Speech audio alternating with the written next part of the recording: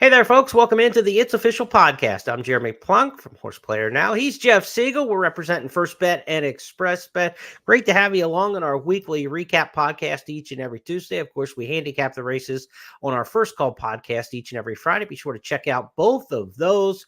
Jeff, we've got Saratoga now in the rearview mirror, Pacific Classic in the rearview mirror, but it's closing weekend at Del Mar. You got another week to make the morning line out there and to enjoy the racing where the turf and surf meet. Of course, Virginia Derby also this week. So quite a bit going on as Kentucky Downs rolls into the back half of their short meet as well. I'll tell you what, I'm exhausted. That was a tough week, through Monday with the morning line and the football, college football beginning. And I mean, I can only concentrate on so much at one time. Yeah. So I'm kind of looking forward to a little bit of a breather here after Del Mar, which has one more week of going, and then we'll gear up for the return to Santa Anita. We've got a couple of weeks off, so that'll be good. But lots to talk about on this show, all the ramifications of the results from last weekend, some of which made absolutely no sense to me. And I hope you clear it up because I need some help on this. I mean, there are things that happened last week that I still can't figure out. Well, we had some horses back to the races, too, that we haven't seen in a while. So a lot of exciting things to talk about. Let's get to the first of our 5 topics. And we try to be positive and upbeat, but after seeing the Classic Division last week, what a mess. That's what we're starting out with. The older horse division in the U.S. has very little clarity. Maybe, just maybe, if the Whitney winner was able to roll a 7 again and win in the Jockey Club Gold Cup, we could all say, well, Arthur's Ride, of course, is the head of the division. But it didn't work out that way. Pacific Falls and he went at it toe-to-toe in the Jockey Club Gold Cup. They passed the quarter pole and turned for home. Highland Falls and Arthur's Ride are head and head with Pyrenees just 3 lengths back, continuing to eat up real estate. They're in the final furlong. Highland Falls just in front of Arthur's Ride. Pyrenees keeps coming. Now Highland Falls has put away Arthur's Ride. Pyrenees moves into second. It is Highland Falls. What an accomplishment for Flavien Prat as he wins another one, this time the Jockey Club Gold Cup. Pyrenees was second. Then it was a photo. So, Jeff, let's try to sort out the first part of this mess, the Jockey Club Gold Cup. When they came from out of the starting gate and there was attack mode on Flavien Prat's mind going after what looked to be the lone speed in there, Arthur's Ride, I thought, what are you doing? What are you doing? And then it was like one of those shots in basketball, don't take it, swish. Okay, good shot. I mean, they went into attack mode there and they went after the favorite and it worked out for Highland Falls. I was surprised that tactic worked. I mean, it was aggressive, but Prat is doing nothing wrong. Maybe he was just the difference.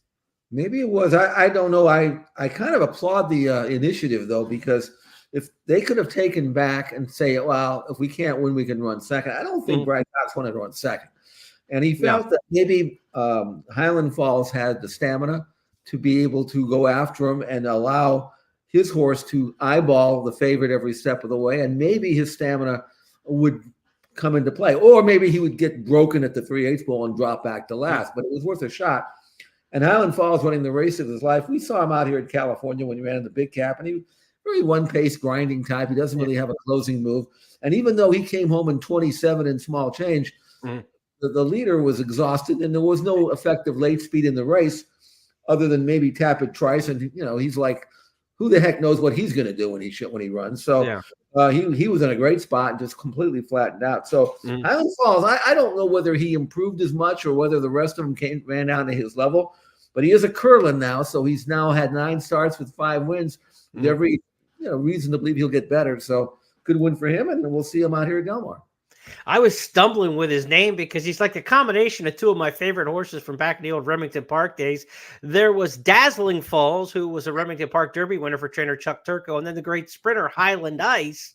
This is Highland Falls, and just a great combination of those 2. And I'm going to have to keep separating those names in my mind over the course. Father Time catches up with you. The 27 and change final quarter, though, is not enthusiastic if you're looking at these horses towards the Breeders' Cup. I was kind of surprised after the race that Bill Mott said, onward, we're going to the Breeders' Cup next with Arthur's Ride. I thought maybe they would think Dirt Mile and say, you know what, not a mile and a quarter horse after winning the Whitney, but they're going on to the Breeders' Cup Classic. I get it. There's nobody in the Breeders' Cup Classic to really scare anybody off at this point. I don't see either one of these horses as slow as they came home. I know they went fast early, so they're going to come home slower late, but I don't see these horses as legit threats in winning the Breeders' Cup Classic, Jeff. Well, I could see Arthur's ride because if he can make the lead, it's possible that he just rolls all the way because that's a very speed-oriented track at Del Mar, and especially mile and 1/4. We'll talk about the Pacific Classic, and if you could predict the pace in that race, you probably had the exact because again, it's one of these merry-go-round top tracks. At least this year, it wasn't that way at all the last time they ran the Breeders' Cup at Del Mar, but it is this year, this season. And Arthur's ride, I mean, he was coming back quick, and that could be a sticky track at Saratoga going a mile and 1/4. It can be a laboring, hard type of track to go a mile and 1/4. And I'm not going to completely throw him out. I want to watch him breeze. I wouldn't say that he couldn't get the mile and 1/4 because anybody can get a mile and 1/4 at Del Mar. Right. But Highland Falls, I mean, I think that whoever came up with the idea of running at Arthur's ride right from the get-go, whether it was Mott or Pratt, whoever, I mean, I tip my hat. That was excellent strategy, and it paid off with a major win. Flavien Prat with an incredible run at Saratoga. I think the final total ended up being 17 stakes wins for the meet, 13 graded victories. Just an unbelievable season he had. Second in total wins at the meet to Irad Ortiz, but he got the big ones. I mean, he dominated the stakes ranks. Fantastic meet for Flavien Prat. Now, let's continue to clean up this mess of the handicap division. We called the headline here, "What a Mess." We go out to Del Mar for the Pacific Classic, Jockey Club Gold Cup, Pacific Classic, both last weekend, both at a mile and 1/4. You think maybe we get some more clarity in the Breeders' Cup Classic division, but not so fast. And literally, they were not so fast. It was Mixto winning the Pacific Classic. Full Serrano has run a brilliant race. He's hanging on to it. Mixto is in second. Dr. Venkman switches to the inside for a run. Reincarnate on the outside, but Full Serrano keeping on going. He's getting a little weary late. Mixto, the long shot's coming to him. Mixto to get up. And Mixo, a major upset in the Pacific Classic, gives Kyle Frey and Doug O'Neill the win. Very, very game run this. Good second as well from Full Serrano. 202 and change for the Pacific Classic. It's Mixto, a horse beaten at Pleasanton in the start prior. He had just one win on his resume, more than a dozen starts going into this one. How did he do it, Jeff? Well, again, I think he got a good ride. Obviously, everybody in the park knew that Full Serrano was going to go, and he did. And if you look at Full Serrano's form, a first level allowance win last time out, an 85 buyer. On pure form, you would normally say he has no chance, but then you have to adjust everything because of the fact that speed is just dominant at Del Mar, and if he got loose in the lead, which he did, and it took a horse like Mixto, who was sitting second the whole way, to wear him down late. Yeah. And Mixto, as you pointed out, got beat at even money at Pleasanton in his most recent start when he was on the lead going 24-1, 48 flat, and still couldn't win. So, I mean, one win in his career, and that was by a head in a maiden race almost a year ago. So, I mean, it was that kind of race. Obviously, everybody expected Adair Manor to win. She was scratched the day before because of she tied up. And then all of a sudden, there's just nothing left. And we kept talking about, why doesn't somebody send somebody out here? And they did send Il Miracolo, but not a top horse, and he just didn't fire at all, coming back pretty quickly. So, it was $1 million race with a win and you're in, money being paid. Man, I mean, but I still can't believe it. But again, I could probably say the same thing of None Above the Law won or any of these other horses. You took a stab at there and goes Harvard and legitimate chance. If listen, if someone told me it was one or the other, I would have picked there it goes Harvard to win. So that was that. Reincarnate just doesn't beat anybody, and the rest of these are the rest of these. So what do you got? I mean, I can guarantee you that I will not be picking anybody out of the Pacific Classic to win the Breeders' Cup Classic. No, and the 3-year-olds are looking better and better and better Well, as they the are. older horses A number of just them faster. kind of trade punches and spin their wheels. And yeah, they don't run fast on top of all that. So that's a look at our first topic. What a mess. I don't know if we cleaned up anything other than the fact that we're fairly certain these races are not going to produce Breeders' Cup Classic type. The only thing that I cleared up for me, Jeremy, is I am very tempted to just basically concentrate on the 3-year-olds. I don't know whether I would have said that a month ago, but they're running fast. They're good. They're strong. They got room to improvement. These old tired horses are what they are. Right.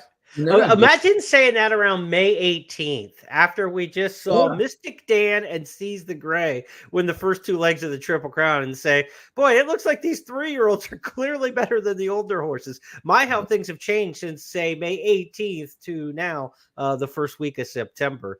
Let's go to our second topic this week on It's Official, the baby boomers. Let's talk some 2-year-olds now. We had the hopeful run at Saratoga over the weekend, as well as the spinaway. So the 2-year-olds, first up with the Colts. Let's talk about the win by Chancer McPatrick, coming from well off the pace in the hopeful. At the top of the stretch. These two will come to the 8th pole right together. Incentive Paid dives down towards that very familiar inside for his run.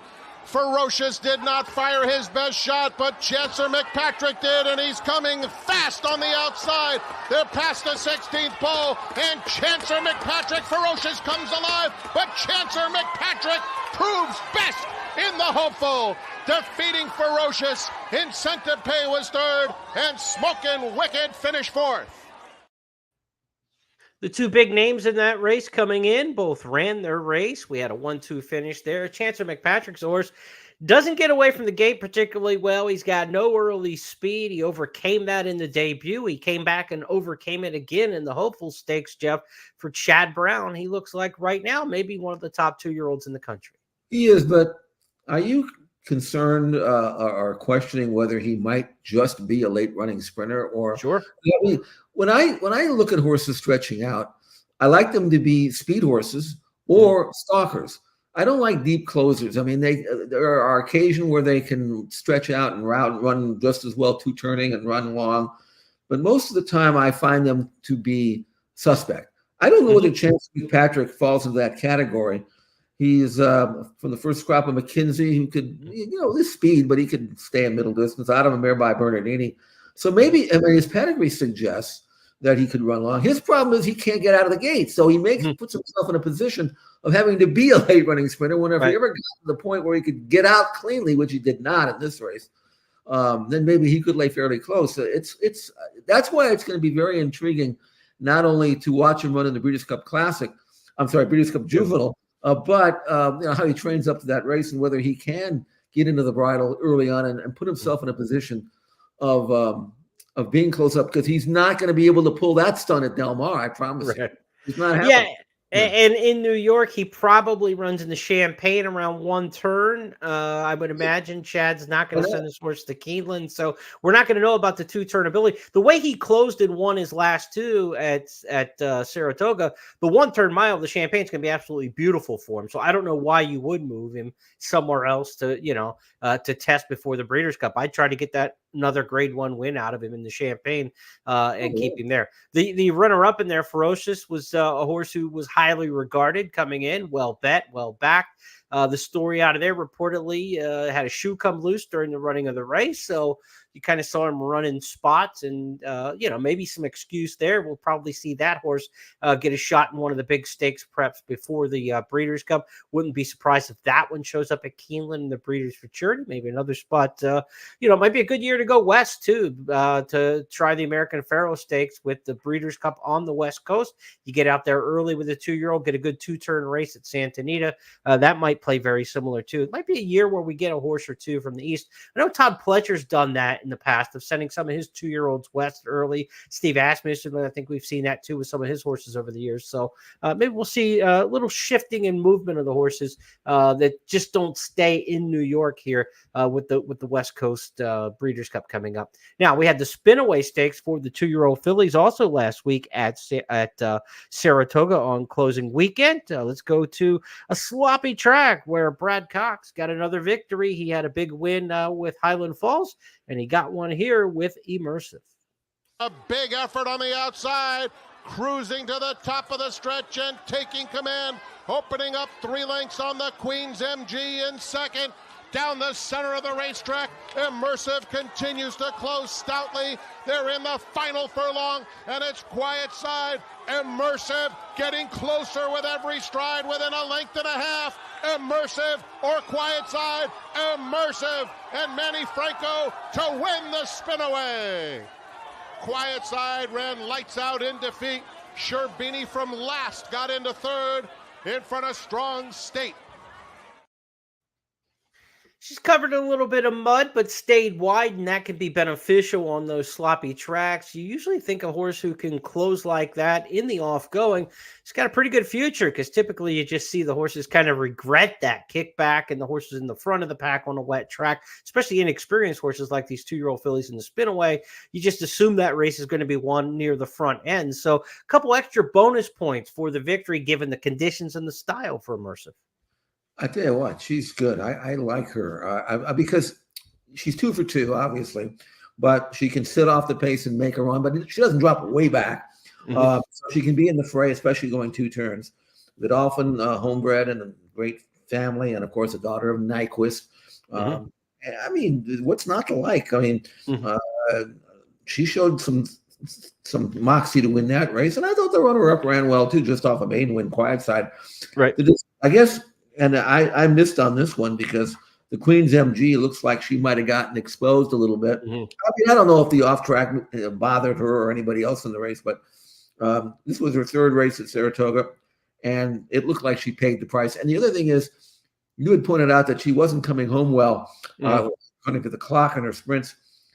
And she didn't come home well this one either. I mean, she kind of had the wrong closer, right idea, but you know that the way that race was won was kind of what I was kind of looking at going into it, but didn't have Immersive. But you know, it kind of set up that way. You have to think Immersive, Godolphin, Brad Cox. I mean, that screams Keeneland in the fall. Alcibiades would almost, you know, be a slam dunk for where we'll see her. You'd have to think so, yeah. And again, I don't think you need to have a 2-turn race going into the Breeders' Cup Juvenile Fillies. I don't think it's. I mean, if you can either route right, you can route or you can't. But it doesn't hurt to have one. Right. And so, I mean, Keeneland makes a whole lot of sense for her. And out here in California, there hasn't been any 2-year-old fillies that have, I don't know, graded high on the goosebump scale as I. We've had some nice fillies. Bob Baffert's had a few good ones so far, but until such time I see a monster, I would think that Immersive would be as good as any right now. Yeah, late developing always with the 2-year-olds. You got to see those races in that final round of preps until we get a really good sense of who might be the Breeders' Cup Juvenile and Juvenile Fillies top contenders. Let's continue some Breeders' Cup talk, shall we? Just talked about the 2-year-olds. We talked about the Classic division in our first topic. Let's move now to our Breeders' Cup tracker, where we've got one for the Dirt Mile, maybe the Classic, but probably Dirt Mile, one for the Distaff, and a couple for the Turf Sprint. Our Breeders' Cup tracker, first off, takes us back to Del Mar for Sunday's Shared Belief Stakes, where it was Muth back in action for the first time since the Arkansas Derby. In a line, Muth takes the lead. Muth goes on with it. Imagination's not done. He's coming to make a race of it. Indispensable in the orange, trying to run on as well. Homeward bound, and Muth is now fully stretched, but has the advantage by a neck. Imagination battling away, but Muth now superior and going on with it. Late run from Indispensable in the centre. Muth has done enough, though, and Muth, too much class. Muth wins it by 3.5 in the end. Indispensable was second. Then came Imagination. So Jeff Muth was one of those horses we thought were one of the ones for the 3-year-old crop. Of course, he was a very good 2-year-old last year, runner-up in the Juvenile. When he had won the Arkansas Derby, everybody said this is the horse for the Preakness Stakes, right? We were all expecting him to be one of the favorites for the Preakness, but he got sidelined, a long time coming back. Baffert didn't throw him to the wolves. You could argue maybe he would have won the Pacific Classic. I don't know, in a 1.25 miles off that long kind of layoff, but he certainly has more marquee value when you talk about like exciting horses than what we saw in the Pacific Classic. This is probably the right spot at the right time for him in the comeback, and he was good enough to win this one. But he beat a horse that was a 9-race maiden up until his last start. And Indispensable really didn't run that much better to be second in this race than he had been. His numbers were about the same. The mid-90s Byron number that Booth earned was solid, but now you have to get real with him and figure out, all right, I'd like to see him running the mile and a quarter, the classic, but would he have a better chance of winning the mile? Because I don't think Bob really thinks he's a mile and a quarter horse. I really don't think that he feels that. I mean, given the group that ran in the classic, he probably felt he would have won it anyway, but that doesn't mean that he's going to be able to go out there and beat the best of the best. I mean, you saw what he did against Fierceness last year as a 2-year-old, and Muth in that time in the juvenile was in form. I mean, he looked like the right. Fierceness just brushed him off, and I don't think he's going to be searching for that. I mean, if you've already won a Breeders' Cup mile, then maybe you get creative and you try the classic.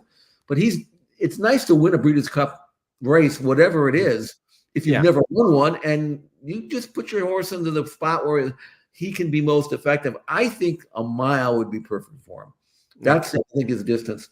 Don't forget, he ran 5/8 and 56 and change as a 2-year-old in his first start. So, I mean, he's got gas if you want to use it. But if you try to snug him back and, I don't know if I can go a mile and a quarter, then he loses his punch. So, this is a good race for him. I wonder whether he's going to come back and run in that prep for the Breeders' Cup. California Crown, that's a shot there. Sure, I can see that. Or Pennsylvania Derby is a possibility. One of those two are the two races that are being bandied about right now. But I think California Crown makes a lot of sense if they want to stay there. And if you say dirt mile for this horse, that really does kind of fit the MO. You say, Baffert's going classic, but think back to National Treasure, right? At the end of his 3-year-old season, he cut him back even after winning a Preakness because, the dirt mile was the right spot for that horse, and he almost beat Cody's Wish and then was able to go out and win the Pegasus World Cup out of there. So Muth, could be on a similar kind of deal, dirt mile, and then maybe you got a Pegasus horse come January. He missed a lot of time this year, but there's still a lot of money for him to make over the course of his career, and we'll see where they go for it. But next up, California Crown, maybe September, or also in late September, we've got the Pennsylvania Derby. That's Muth, the first of our Breeders' Cup tracker horses, talking about the dirt mile division. Now, how about the Distaff? We're going to see Adair Manor run in the Pacific Classic, but she's scratched. Fear not, Bob Baffert over the weekend at Del Mar has one coming out of the Torrey Pine Stakes that might be the one who gives Adair Manor a little bit of a challenge. Her name is Hope Road. Picture changes. Soho just throws in the towel and Soho's gone. Coming to the quarter pole and Hope Road now cruising into the lead. Hope Road sets sail for home, leads it by 2. Nothing Like You is in second. Grand Slam Smile is in third. A big gap to Desert Rhapsody. They turn for home in the Torrey Pines, and Hope Road and Juan Hernandez well clear out here. They lead it by 4 big lengths. Nothing Like You is chasing gamely in the second spot. It'll be a Bob Baffert exactor, and it looks like Hope Road is just going to keep on going. She is. Scintillating performance from Hope Road. Cruises home in the Torrey Pines. Second is Nothing Like You, and then... That's the way you want to look visually, finishing up on the back end of a 2-turn race. Fast splits, came home really nice. She's gotten good quickly, right? This was her 3rd career start, if memory serves. Well, it was her third start for Baffert. She had run, brings back sad memories for me because she was in John Sadler's barn last year as a 2-year-old, and I had horses with John at the time, and I watched this filly train, and she was just lights out. A fantastic prospect, and then, of course her dam. Remember her dam, Marty's Freedom was a Breeders' Cup winner. So we all bet our money at 7-1 first time out and going 5/8 of a mile, even though we knew she wasn't really a sprinter. But we figured she's so good, it won't even matter. Well, it did matter because she got beat a half length after getting left at the gate and bottled up, going 5/8, come flying. They just ran out of room, and there goes 7-1 down the drain. But she went stale after that. I don't know whether she wasn't right or whatever, but she tailed off. And when they brought her back, they gave her to Baffert. And now she is a perfect 3 for 3. Yeah.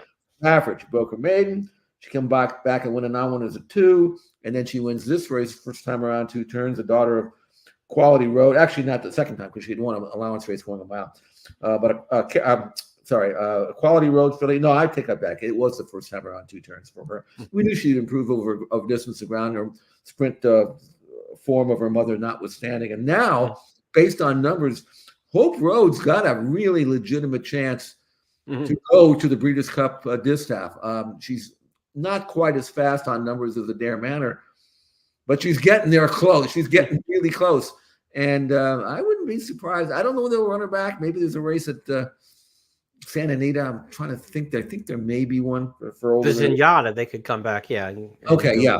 Yeah. I mean, so she could run it. I mean, that's where she would run. Whether or not they would run her there and then run back in the Breeders' Cup this stuff. I mean, they could do that. So anyway, she's fantastic. I think she's got a chance to be next year as a 4-year-old. Don't forget, she's only 3. Next year, 4-year-old, she's got a chance to be what a Dare Manor was, and maybe nationwide as well, because she could probably go out of town and beat anybody right now. The way how good she is. And we always say necessity is the mother of invention when it comes to which races these trainers put their horses in. Dare Manor missed her last race. If she misses time, I mean, she shouldn't for just being tied up in that, which is a muscle cramping situation. She should be fine to get back on the beam and be okay for the Breeders' Cup Distaff. In the event she's not, then this filly becomes more likely to be in the Distaff maybe this year than if a Dare Manor isn't in there. They still have to deal with Torpedo Anna, and I don't know what they're going to do with her. But man, after watching, I mean, look, Cotillion, Cotillion, yeah. But I mean, after that, after watching the Pacific Classic and the Jockey World Cup, why the heck would you stay in the Classic? I don't know. Yeah, they're talking Distaff, but it's a little ways off, right? And as we get closer to the entries and you see who's in there. Yeah, I mean, if you went toe-to-toe in the Travers with Fierceness, and Fierceness is the favorite for the Breeders' Cup Classic by the time we get to that point, that will make the case to try her in a historic race for that 3-year-old filly, Torpedo Anna, the Classic. That'll make that case very much a legitimate one to make. Whether they go that way or not, it's a good argument to have if that's where we get to. Now, let's talk some turf sprint, Breeders' Cup turf sprint. Last year's favorite in the Breeders' Cup turf sprint was Motorious. Motorious was back in action, and I will say Jeff Siegel had put a ring around this one in the program. So let's go to the Green Flash and get the replay of Motorious coming back to win that one at Del Mar over the weekend. Conquerable Keen now comes to take her on. Fast Buckers down at the rail. No Nay Hudson. Blue Cap on the outside. Turn on the Jets are starting to get involved late as well. And then Mo Gold wide open as they come for home. No Nay Hudson powerful though. And No Nay Hudson strikes the front. A flying late run from Motorious. Motorious coming like a rocket, and Motorious got him. Motorious got up to when Johnny Padres came from dead last, was flying late. Will be in that photo for second. Motorious had one beat at the 8th pole. That was Johnny Padres. They both came flying, Jeff. These are two very good Southern California turf sprinters. The turf sprint, of course, will be at Del Mar over this course and distance in a couple months' time. So what do we make of Motorious? Well, we make of the fact that he's now 3 for 3 on turf at Del Mar. Now, he's a little bit less effective anywhere else, but when he can show up and do his thing at Del Mar, the short stretch, not really affecting his ability. In fact, sometimes you almost think that it might help, because deep closes at Del Mar, although you wouldn't know it by looking at the results necessarily in the Breeders' Cup Turf Sprint at Del Mar, but you can close on that course, especially since everybody busts out of that gate like a quarter horse race, and they all kind of spent at the 8th pole. And Motorious, he's ridden by Freysu, who Pratt used to ride him perfectly. He doesn't ride him now because he's gone, but Freysu just rode him like Pratt. He just sit on him and put his run from the 3/16 pole to the wire. He can come the last 8th and 10 and change. And if they go too fast the first part, they'll spread out a little bit, and then you'll get your chance. And that's how he's ridden. And I would suspect that Motorious, because of his horse for course angle and his record, will be well played in the Breeders' Cup. And this was a good sign that he still got it. He's got some age on him, but he's still running well. Let's take another turf sprint venture to Saratoga this time. The Harvey Pack Stakes was run over the weekend. And if you've been following the blog section at expressbet.com and at news.first.com, Jeff Siegel also said put a ring around this one. It was Big Invasion, capping off a big weekend for Mr. Siegel's picks. Followed by Charging. Our Shot is on the outside. Arzak down at the rail has 6 to make up, starting to mount his bid. And getting to the outside of the course is Arzak. And Big Invasion is widest of all. Final Furlong Super Quest has collared high front. They're head and head for the lead. In behind horses, Big Invasion. Big Invasion is coming with a fierce run, and that's the Big Invasion we know. Running down our shot, Super Quest was third in the Harvey pack. Now, you mentioned Horse for Course Motorius at Del Mar. Big Invasion loves Saratoga. I think that was probably part of your picks process with him. And, you know, with your two horses you like this weekend, Jeff, you only needed to watch like the last 6 seconds of both races and only watch the outside part of the track. They had almost carbon copy victories. Well, they're carbon copy horses. I mean, look at them. You know, they're very consistent. They have their likes, which is to say Big Invasion likes Saratoga's turf course. And, you know, I mean, he ran back. What I liked about this horse was the 2 months off. He'd gone a little stale, even though he ran well at early July in New York. He wasn't the same. Gave him a couple of months off, brought him back to Saratoga, which is obviously now he's run 5 times there, 3 wins in a second. Right. So now I don't know whether Christophe Clement's got plans on running him between now and Breeders' Cup Day, but he looks like a horse that will absolutely run well fresh. And he's got the same profile as Motorius, so I'd bring him, and with a little luck, maybe he can win it. I mean, he got beat in neck in the Breeders' Cup turf, turf sprint last year, coming from out of the cloud. So it's not like on his best day he can't run with these horses. We know he can. Just to make sure things, you know, deep closers, they have to have things go right for him. But he's good. He's a consistent horse. We liked him when he was a 3-year-old. Remember way back when we were following him? I was saying he's by declaration of war out of a mare by Curlin. I said, why don't they stretch him out? And they never have, and thank God they didn't listen to me. Clement's made the good moves with he's fine what he does, doing what he does, you know. Those are just 2 of the contenders towards this year's Breeders' Cup Turf Sprint, which has a really deep division to talk about because this weekend at Kentucky Downs, we've got a big money turf sprint there where Cogburn, the world record holder, is going to be going in that one. No Balls is in there, the horse who blitzed him in the Breeders' Cup Turf Sprint last year. So we saw the closers have success this past weekend. We're going to see some real speed in the Breeders' Cup Turf Sprint division coming up this weekend at Kentucky Downs. And who the heck knows what's going to happen over that up and down oval in Southern Kentucky. All right, that's a wrap of our Breeders' Cup tracker, our topic 3 this week. Let's go to topic number 4. There was some news out of Ballydoyle, the yard for Aidan O'Brien in Ireland. They've got the big horse, the horse who won the Epsom Derby and the Juddmonte International most recently, City of Troy. Jeff, talk about his itinerary and what's to come for City of Troy as he tries to make a historic run towards the Breeders' Cup Classic next as they head towards a move towards dirt. How do they get him ready? Well, Aidan O'Brien has announced that he is going to have a practice race. And this race is going to be on the 20th of September at Southwell, which is a left-handed Del Mar type of track. It's it's a tighter track than you normally would see. And he wants to find out, well, of course, all weather, what they call it, the Tapeta, whatever it is, it's not dirt, but it's not grass either. So he's going to run a race like that. And he's going to round up 4 or 5 horses, I'm pretty sure, from his own yard so he can orchestrate and choreograph the race. It's not really a race. It's more like a team workout, but he wants to let him roll. I mean, it's going to be real in terms of, going fast early and hopefully fast late for his horses. But this is the prep that he's going to use September 21st, or 20th, I should say, at Southwell.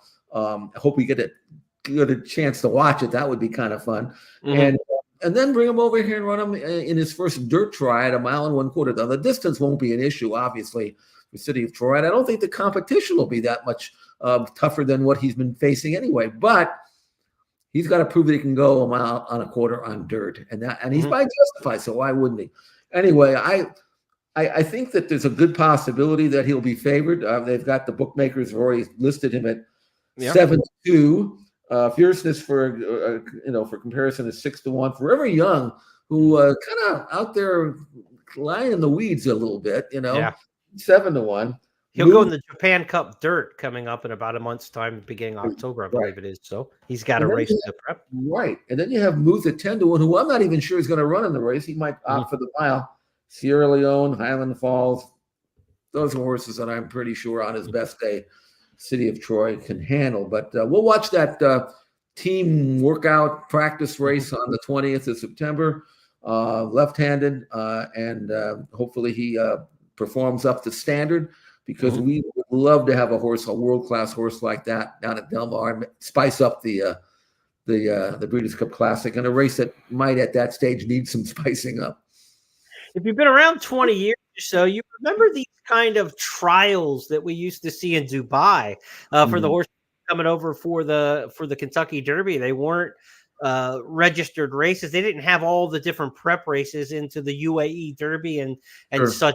And they ran a lot of trials and against just their own stablemates to kind of ready in the early days of Sheikh Mohammed trying to get horses here to win the Kentucky Derby. Carul and horses like that. Worldly Manor, I believe, was running in trials when he was over there. So same kind of deal. They're going to match it up. They're going to try to simulate things for City of Troy. Really, really interesting.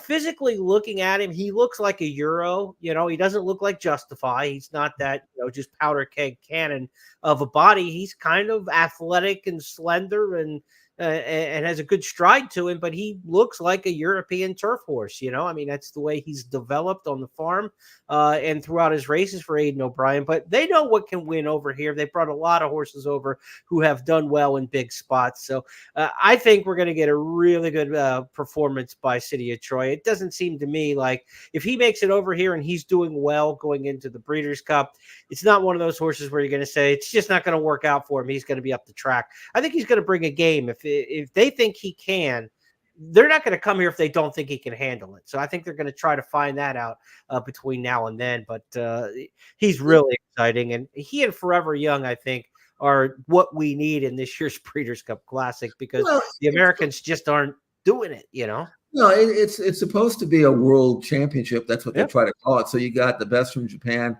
the best from England or Europe, at whatever would be the best from America at that time, and it would be a great and thoroughly enjoyable race. And for, I guess they could call an audible with City of Troy and decide maybe he's better for the 1.5 mile turf if they don't like the way he went on the dirt.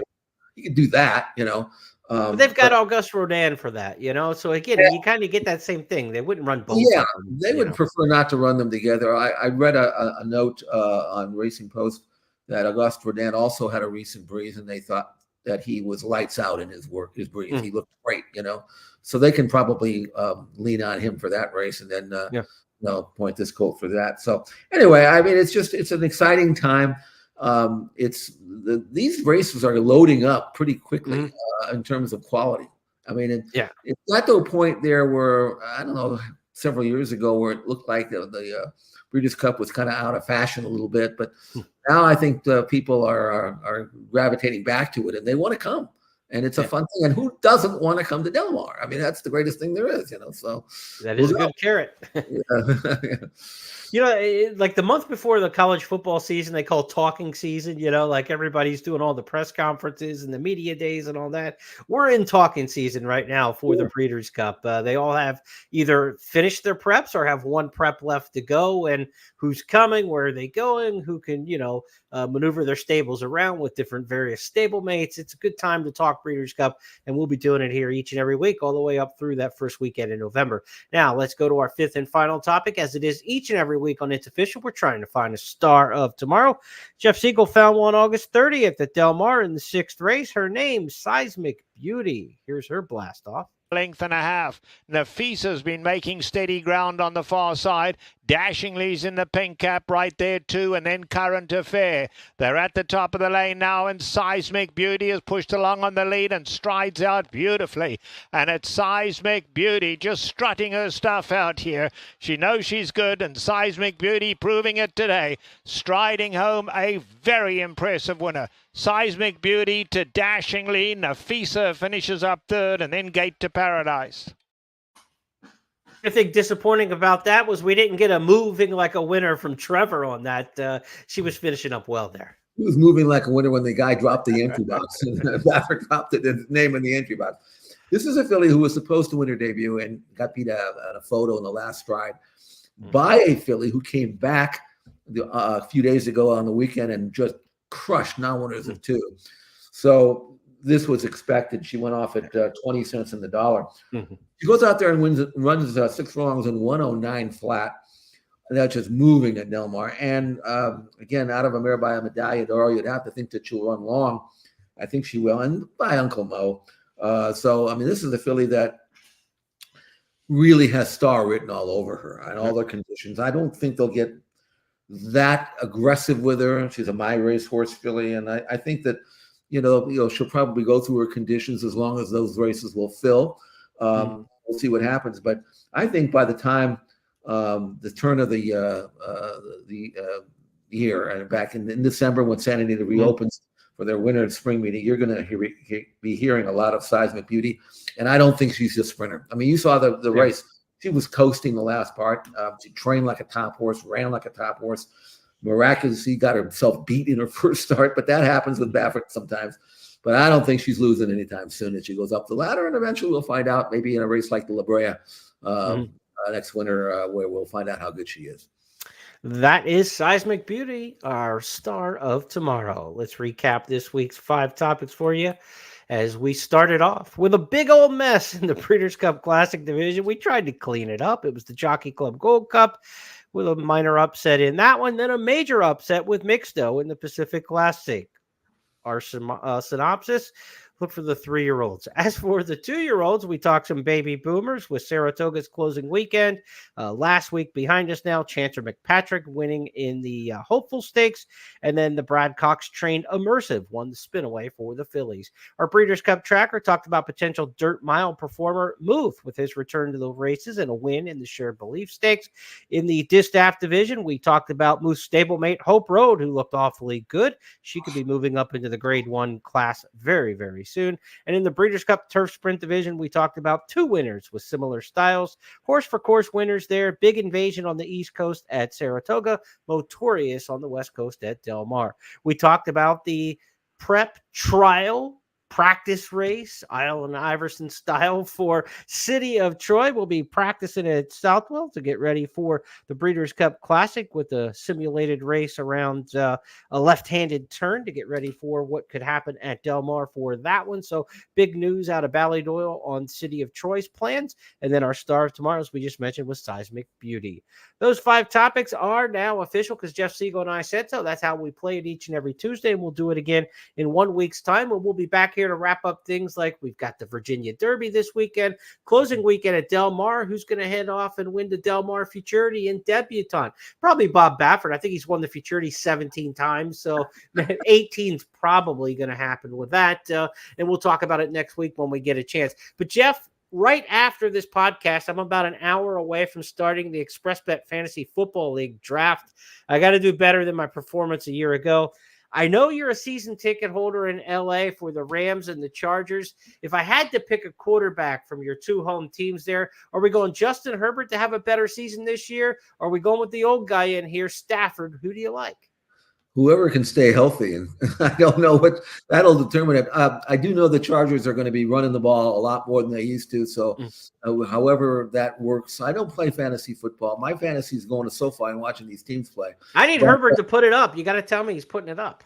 Oh, I mean, from what I've been reading, and of course he got hurt, but now he's back. He's healthy, so he'll start against the Raiders on Sunday. But I think they're committed to running the ball. Harbaugh likes to do that for the Chargers, so I think the Rams and Matthew, I think they'll probably put up better stats. But the Chargers, they may end up having a better record because their schedule is like because they were so bad last year, they got all the bad teams this year. That's how it works. They match them up that way. And I mean, the first 5 or 6 teams that they play, games they play, I think they're playing teams that have no chance of making the playoffs. So you never know. I mean, maybe they'll get aggressive and throw the ball, but I would go with the Rams on that one.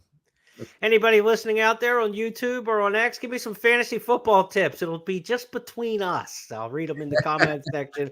Maybe you can help me out in drafting my team. I need a little bit of help. I think I was 7-8 last year. I was a little under the Mendoza line, or under 500. So we'll do that. We'll have some fun, and after that, we'll get handicapping for this week's races. Jeff and I will be back on Friday for the First Call podcast when we will handicap 8 stakes races from around the country. Again, Virginia Derby Day coming up Saturday at Cologne. Antonio. We've got closing weekend at Del Mar and a big weekend with some major money on the line, including those great turf sprinters we talked about. Cogburn in action this week at Kentucky Downs. Jeff and I will be back on Friday. Have a great week, everybody.